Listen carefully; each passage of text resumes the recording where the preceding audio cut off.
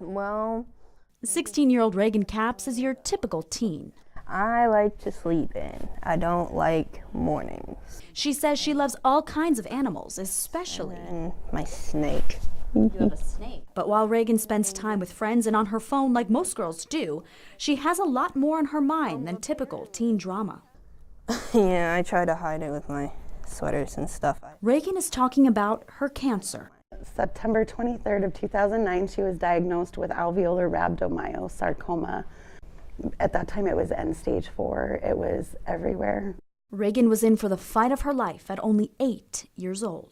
They said I was never gonna walk again, never gonna come home, not gonna leave the hospital. But she and her body had other plans. Regan endured 21 weeks of radiation, chemotherapy, and dozens of other prescription drugs.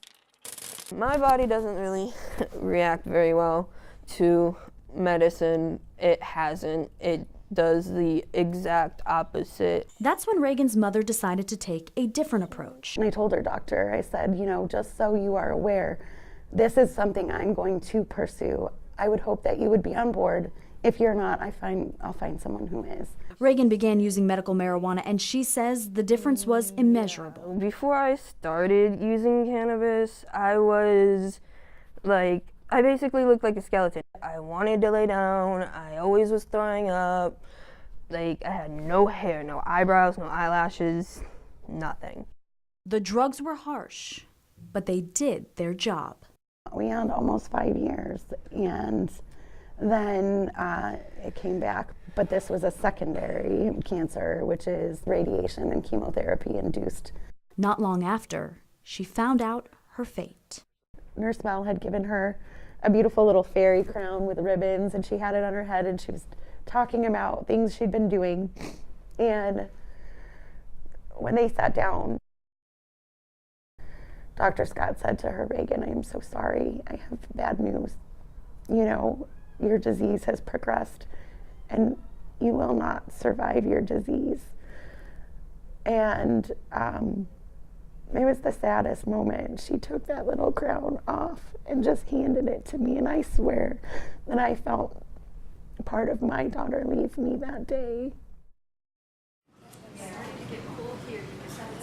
It was the years of radiation, chemotherapy, and other drugs that caused her body to fail. At that time, I asked the question, do I have a year? Less than a year? And they told me less than a year. And, you can't judge those things, but, you think about that. That's already a quarter away gone. Now Regan uses cannabis to make her feel comfortable in what doctors say are her final days. It hurts to be sick. It hurts really bad to be sick. And I don't like seeing other people go through that. Talking about this for her, doing this interview for her is important to her because she mentioned to you she wanted to be an oncology nurse. She wants to take this experience and make something of it. Her biggest fear when she had to leave study was not herself.